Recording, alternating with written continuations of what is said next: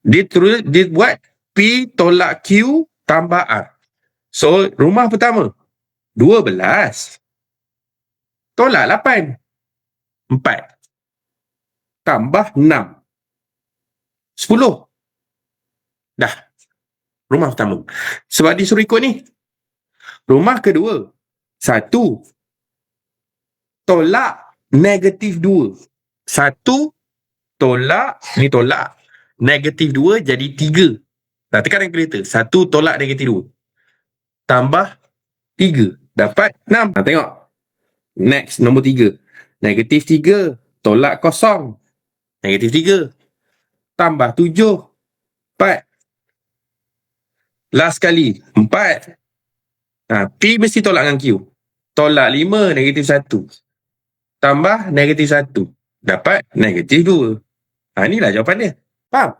Rumah dengan rumah. Faham? Cantik. Baru faham. Yes. Sebab tu cikgu tunjuk soalan terus. Samalah dalam kes ni. Awak kena ikut ni apa yang dia nak. Ni. Tengok B. Dia nak apa? Dia nak P tambah Q tolak R. So P. Rumah pertama P. Iaitu 12. Kena tambah Q.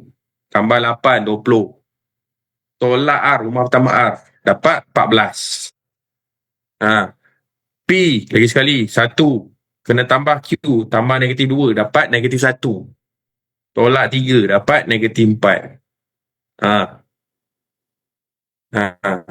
Kalkulator je. Lepas tu negatif 3. Tambah Q. Tambah kosong. Negatif 3. Tolak 7. Negatif 10.